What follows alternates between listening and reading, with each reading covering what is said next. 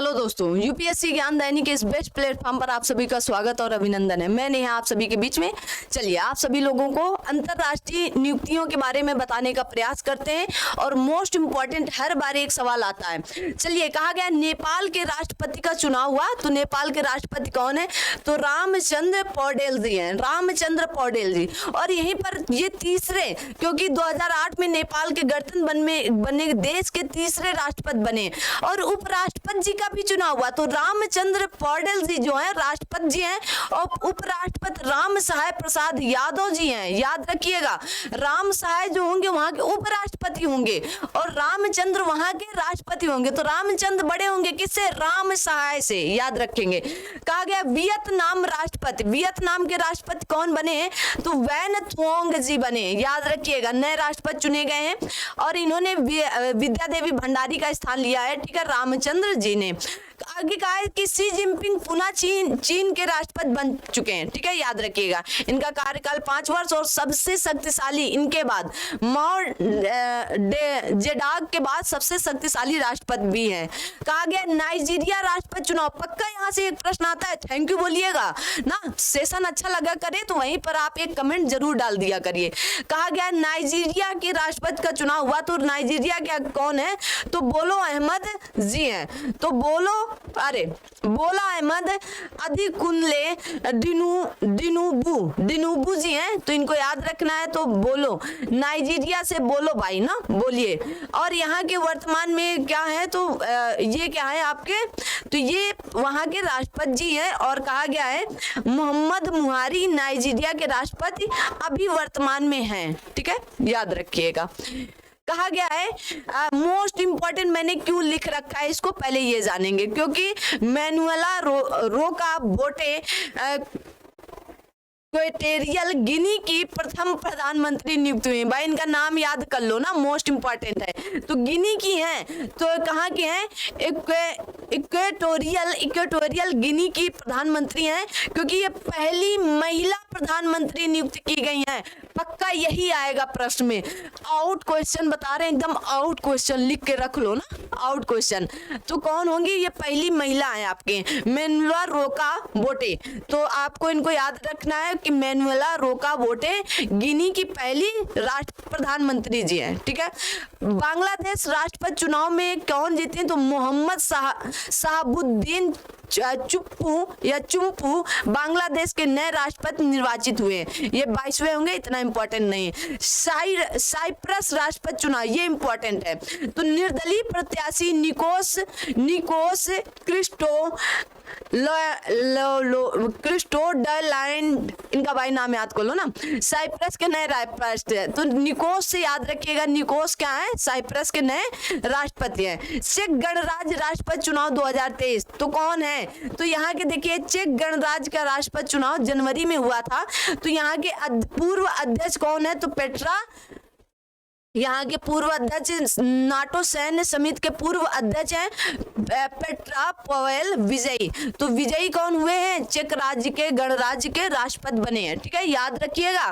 ठीक है, जो कठिन है वो आप अपने से भी याद कर सकते हो ना, मतलब क्योंकि सामने वाले कभी होता है ना कि पढ़ने में कठिन लगता है, अपने से पढ़ लोगे, इंपॉर्टेंट है, बता दिया मैंने। पेट्रा पवेल विजयी जी जो है, तो पवेल जी चेक गणराज्य के राष्ट्रपति जी है। न्यूजीलैंड के नए राष्ट्र प्रधानमंत्री बने हैं, तो क्रिस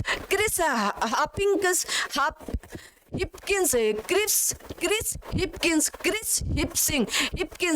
तो देखिए, क्रिस यहाँ पर भी है और हिपकिंस यहाँ पर भी है। तो न्यूजीलैंड के प्रधानमंत्री जी हैं जो 41वें हैं, इतना है वो 41वें नहीं, सिर्फ ये याद कर लीजिएगा कौन है। नेपाल के नए प्रधानमंत्री, तो पुष्प कमल दाहाल प्रचंड नेपाल के नए प्रधानमंत्री हैं। तो नेपाल में क्या आएगा? प्रचंड आता है जब भी आता है, तो पुष्प कमल दाहाल प्रचंड नेपाल के प्रधानमंत्री जी हैं। ठीक है, आयरलैंड प्रधानमंत्री चुनाव हुआ, तो कौन है? लियो वरडकर प्रधानमंत्री बने के तौर पर। तो लियो जी कहाँ के? आयरलैंड के। आए हो क्या लियो जी? आयो लियो और लियो चल दियो ना। चलिए, कहा गया पेरू की मोस्ट इंपॉर्टेंट, पेरू की पहली महिला राष्ट्रपति डीना बोलुआर्टे, पेरू की पहली महिला राष्ट्रपति। तो डीना, तो टीना डबी से डीना पढ़िए, टीना पहली नंबर पर आई थी ना टीना डबी, तो टीना से डीना पढ़िए। तो पेरू की पहली महिला टीना, और पेरू की पहली महिला टीना बोलुआर्टे पेरू की पहली महिला राष्ट्रपति बनी है। फिजी का आम चुनाव हुआ है, तो फिजी में कौन बने हैं, तो पीपुल्स अलायंस पार्टी के नेता सितिवेनी रबुका ने प्रधानमंत्री का पद ग्रहण किया। तो कौन है, तो सितिवेनी रबुका, याद रखिए। मलेशिया आम चुनाव में तो अनवर इब्राहिम ने मलेशिया के 10वें प्रधानमंत्री के रूप में चुने गए। और कुछ आपको याद ही नहीं करना, यही याद करना है, ठीक है। स्लोवेनिया के राष्ट्रपति कौन है, तो नताशा पिर्क-मुशर स्लोवेनिया के पहली महिला राष्ट्रपति चुनी गई हैं। मोस्ट इंपॉर्टेंट है। तो पेरू की डीना, पेरू की कौन है, डीना है, और स्लोवेनिया की कौन है, तो आप कहेंगे नताशा नताशा पिर्क मुशर्जी है, ठीक है, महिला है भाई, उनके नाम से तो लग नहीं रहा था लेकिन वो महिला है। चलिए, डेनमार्क आम चुनाव इंपॉर्टेंट मैंने क्यों लिखा है, देखिएगा। कहा गया है कि मेटे फ्रेंड रिक्सेन 15 दिसंबर को पद ग्रहण किया है, यहाँ के क्या है, प्रधानमंत्री हैं। मेटे फ्रेंड रिक्सेन डेनमार्क की दूसरी महिला और सबसे युवा महिला प्रधानमंत्री बनी, इसलिए मैंने बताया, ठीक है, इंपॉर्टेंट है। तो कहा गया है इजराइल की कौन है, अभी देखिए नवंबर ही चल रहा है इसलिए आपको बताना पड़ रहा है, ठीक है। बेंजामिन नेतन्याहू लिकुड पार्टी के सर्वाधिक सीटें पाकर, तो यहाँ के इजराइल के कौन बन चुके हैं, प्रधानमंत्री बन चुके हैं बेंजामिन नेतन्याहू जी, ठीक है। आपके मोस्ट इंपॉर्टेंट है, कहा गया है ऋषि सुनक ब्रिटेन के नए प्रधानमंत्री। ये हमारे नाम है, नाम लेने में भी गर्व महसूस होता है, ऋषि सुनक जी हैं, ठीक है। तो ऋषि सुनक जी क्या बने, कंजर्वेटिव पार्टी के नेता ऋषि सुनक ने ब्रिटेन के प्रधानमंत्री के रूप में पद ग्रहण किया। वह इस पद पर पहुंचने वाले भारतीय मूल के पहले ब्रिटिश हिंदू प्रधानमंत्री हैं। मोस्ट इंपॉर्टेंट बात है क्योंकि 9 अक्टूबर की बात है, वैसे पूछा जा चुका है बहुत जगह ना। ब्राजील आम चुनाव में कौन हुए, तो ब्राजील आम चुनाव में लुइज इनासियो लूला डी सिल्वा ब्राजील के नए राष्ट्रपति निर्वाचित हुए। इंपॉर्टेंट है लेकिन याद करिएगा ब्राजील हमारे लिए। कोलंबिया राष्ट्रपति चुनाव, तो कोलंबिया में क्या है, गुस्ताव पेट्रो ने राष्ट्रपति के पदभार को ग्रहण किया है, तो अगस्त तक मैंने बता दिया है। और ये क्या है, राष्ट्रपति बनने वाले पहले वामपंथी नेता है, इसलिए ये इंपॉर्टेंट भी हो सकता है, ठीक है। जो पहले कुछ भी है वो इंपॉर्टेंट है। आइए कुछ नया देखते हैं। अंतरराष्ट्रीय आपदाएं, एक साल की 1 ईयर की जितनी भी आपदाएं हुई हैं आपको एक नजर में बताते हैं इसी के साथ। माउंट मेरापी ज्वालामुखी, तो इंडोनेशिया के जावा द्वीप पर यह ज्वालामुखी आया और सबसे सक्रिय ज्वालामुखी है इंडोनेशिया का। कहा गया जो प्रशांत महासागर रिंग ऑफ फायर में अवस्थित है, बस इतना ही रट लेना है आपको, ठीक है। तो कहाँ आया था, इंडोनेशिया में। चक्रवात फ्रेंडी, तो चक्रवात जो फ्रेंडी है ये उष्णकटिबंधीय चक्रवात फ्रेंडी पहली बार मेडागास्कर तट पर लैंडफॉल किया गया है। मेडागास्कर पर पहली बार चक्रवात फ्रेंडी, ठीक है। ये Mozambique, Zimbabwe, Malawi, Madagascar, Zambia और रियूनियन द्वीप पर देखा गया है। पूछा जा सकता है किस द्वीप पर देखा गया है, ठीक है, याद रखिएगा। यह अब तक के इतिहास में सर्वाधिक दिनों 34 दिनों रहने वाला चक्रवात है, याद रखना है, ठीक है। फ्रेंडी को में सबसे अधिक संचित ऊर्जा कहा गया है। नासा के अनुसार इस चक्रवात ने इतिहास में किसी भी दक्षिणी गोलार्ध के तूफान की तुलना में सबसे अधिक संचित चक्रवात ऊर्जा होने का रिकॉर्ड बनाया है, ठीक है। यही इंपॉर्टेंट है। आगे देखिए, इस चक्रवात को 6 फरवरी 2023 को ऑस्ट्रेलिया के मौसम विज्ञान द्वारा फ्रेंडी नाम दिया गया। पूछा जा सकता है फ्रेंडी नाम किस देश ने दिया है, तो ऑस्ट्रेलिया ने दिया। किसने दिया है, तो ऑस्ट्रेलिया ने दिया। चक्रवात आगे देखेंगे, अगला चक्रवात आया आपका चक्रवात गैब्रियल। तो चक्रवात गैब्रियल भी कहा, तो न्यूजीलैंड में लैंड किया गया है। फ्रेंडी मेडागास्कर पर लैंड किया गया। और आपका चक्रवात ग्रिबल कहाँ पर, तो ग्रिबियल न्यूजीलैंड में लैंड किया गया, न्यूजीलैंड में, ठीक है ना, याद रखिए। ऑस्ट्रेलियाई मौसम विज्ञान ब्यूरो ने इस चक्रवात का भी नाम दिया है, तो गैम्बियल इस चक्रवात का नाम दिया तो न्यूजीलैंड ने। अरे ऑस्ट्रेलिया मौसम विज्ञान आया कहाँ, न्यूजीलैंड में, ठीक है, याद रखिएगा। इस चक्रवात को गंभीर श्रेणी 3 में रखा गया है, कैटेगरी 3 में रखा गया है। यह चक्रवात 1968 में आए चक्रवात गिसेल के बाद न्यूजीलैंड से टकराने वाला सबसे घातक चक्रवात रहा है। तो सबसे घातक कौन था, तो 1968 में गिसेल था। इस चक्रवात के बाद न्यूजीलैंड में राष्ट्रीय आपात की घोषणा की गई, इसलिए यह पॉइंट इंपॉर्टेंट हो गया। कहा गया न्यूजीलैंड के इतिहास में आपात की यह तीसरी उद्घोषणा रही है। तुर्की और सीरिया में भूकंप मोस्ट इंपॉर्टेंट है। तो ये दक्षिण मध्य तुर्की और सीरिया में गंभीर भूकंप आया, तुर्की में, दक्षिण मध्य तुर्की में। तो कहा गया गाजियाटेप शहर के पास स्थित है, ठीक है। तो तुर्की में क्यों इंपॉर्टेंट है, क्योंकि हमारे देश ने कुछ किया है यहाँ पर। इस भूकंप में दोनों देशों के लगभग 57,000 लोगों की मृत्यु हो गई है।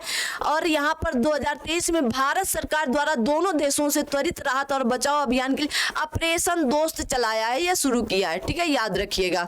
यहाँ पर भारत ने मलबे के नीचे फंसे लोगों की पहचान के लिए गरुड़ एयरफोर्स द्रोणी तथा डॉग स्क्वाड का प्रयोग किया गया है, याद रखना है, मोस्ट इंपॉर्टेंट है। अगला देखिएगा, रूस तथा यूक्रेन पर आक्रमण के दौरान भारत ने पड़ोसी देशों पर भारतीय नागरिकों को सुरक्षा से निकालने के लिए ऑपरेशन गंगा चलाया था।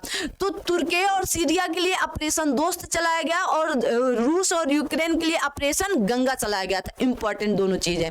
कहा गया जनवरी 2023 में इसरो की एक रिपोर्ट जोशीमठ में कहा गया है कि मध्य भूधसाव का खुलासा किया गया है। जोशीमठ उत्तराखंड के चमोली जिले में एक छोटा शहर है, ठीक है, याद रखिएगा, बस इतना इंपॉर्टेंट है ना।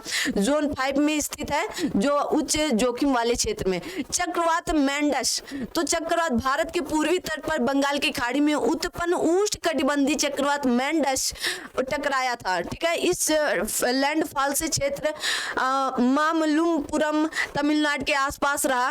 भारतीय मौसम विज्ञान तूफान बहुत गंभीर चक्रवात की श्रेणी में शामिल किया गया। इस चक्रवात का नामकरण किसने किया, तो संयुक्त अरब अमीरात द्वारा नाम किया गया। तो मैंडस का अरबी भाषा में अर्थ होता है खजाने का निपटारा, ठीक है, खजाने का निपटारा। तो आपसे पूछ सकता है, अब देखिएगा चक्रवात मैंडस आया कहाँ, भारत में आया, ठीक है, उष्णकटिबंधीय भारत के पूर्वी तट बंगाल की खाड़ी में आया और तमिलनाडु का ये क्षेत्र यहाँ पर लैंड किया, लैंडफॉल हुआ कहाँ का, मामल्लपुरम में, तमिलनाडु के आसपास के क्षेत्र में आया और काफी बहुत गंभीर चक्रवात माना गया। और इसका नाम किसने रखा, तो संयुक्त अरब अमीरात द्वारा रखा गया और इसका अर्थ होता है खजाने का पिटारा, ठीक है। तो मैंडस का अर्थ क्या होता है, खजाने का पिटारा।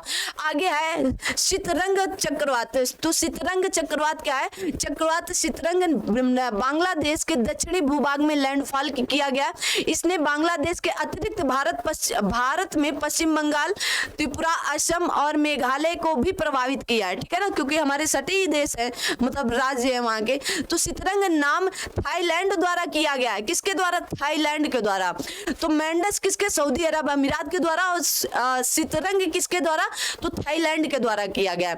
शतरंग एक क्या है, एक थाई सरनेम है, ठीक है, एक क्या है, जी थाई एक थाई सरनेम है, ठीक है। आगे है स्पंज विरन इंपॉर्टेंट है। कहा गया न्यूजीलैंड की दक्षिणी समुद्र तट पर स्पंज विरन की घटना देखी गई, अब तक की यह सबसे बड़ी घटना है स्पंज विरन। कहा गया समुद्री स्पंज घने सरंध्रयुक्त या प्रोवश जलीय जीव है। स्पंज जल की बड़ी मात्रा को शुद्ध कर सकते हैं। प्रवाल की तरह स्पंज को भी अधिक तापमान के कारण विरंज का खतरा बताया गया है, मोस्ट इंपॉर्टेंट है। अब आप इनको एक पन्ने में नोट कर लेंगे, ठीक है ना, या आप चलते चलते क्या लेते चलो, स्क्रीनशॉट लेते चला करो, ठीक है ना, स्क्रीनशॉट लेते चलोगे तो आपके लिए अच्छा रहेगा। ये 1 साल के देखिएगा कि यहाँ पर कहाँ तक बताए गए हैं। तो मैंने जैसे बताया कि जून 2022 तक, इससे पीछे का नहीं पूछेगा, बस एक पेज में है, आपको इन सबको रट लेना है। ठीक है, अंतरराष्ट्रीय आपदाएं। तो आज की क्लास यहीं तक, फिर मिलते हैं अगली क्लास में। तब तक आप सभी लोग ध्यान रखें अपना। Thank you so much. जय हिंद, जय भारत।